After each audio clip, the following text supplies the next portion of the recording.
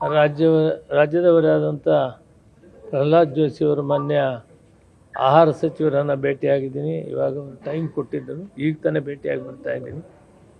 ಕರ್ನಾಟಕ ರಾಜ್ಯಕ್ಕೆ ಬೇಕಾಗಿರುವಷ್ಟು ಅಕ್ಕಿಯನ್ನು ನಾವು ಕೊಡ್ತೀವಿ ಅನ್ನೋ ಆಶ್ವಾಸನೆಯನ್ನು ಕೊಟ್ಟಿದ್ದಾರೆ. ನಾವು ಕೂಡ ಈಗ ಮುಖ್ಯಮಂತ್ರಿಗಳು ಕೂಡ ಡಿಸ್ಕಸ್ ಮಾಡಿ ನಮಗೆ ವರ್ಷದುದ್ದಕ್ಕೂ ಕೊಡಲಿಕ್ಕೆ ಸಾಧ್ಯವಾಗ್ತದ, ನಮ್ಮ ಅವಶ್ಯಕತೆ ಇರೋಷ್ಟು ಕೊಡಬೇಕಾಗುತ್ತದೆ ಅಂತ ಎಲ್ಲ ಕೇಳಿದೆ. ನಾವು ಕೊಡ್ತೀವಿ ಅನ್ನೋ ಮಾತನ್ನು ಹೇಳಿದ್ದಾರೆ.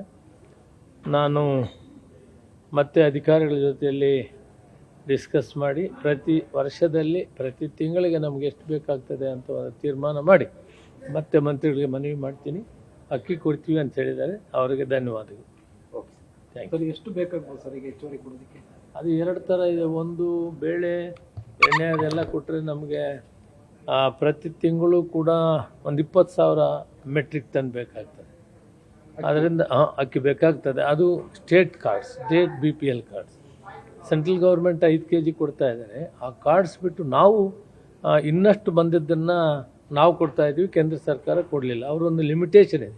ಆ ಲಿಮಿಟೇಷನ್ ಮೇಲೆ ನಮಗೆ 13.5 ಲಕ್ಷ ಕಾರ್ಡ್ ಬಂದಿದೆ.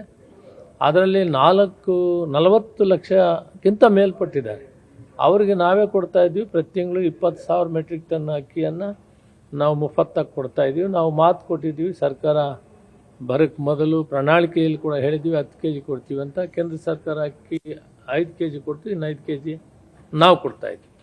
DBT ಕೂಡ ನಾವು ಕೊಡ್ತಾ ಇದ್ದೀವಿ.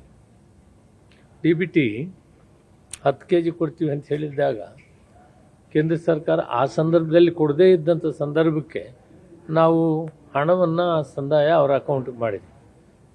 ಈಗ ನಾನು ಬೇಳೆ ಕೊಡಿ, ಎಣ್ಣೆ ಕೊಡಿ, ಸಕ್ಕರೆ ಕೊಡಿ ಅನ್ನೋದು ಒಂದು ಸರ್ವೆ ಮಾಡಿಸಿದ್ವಿ.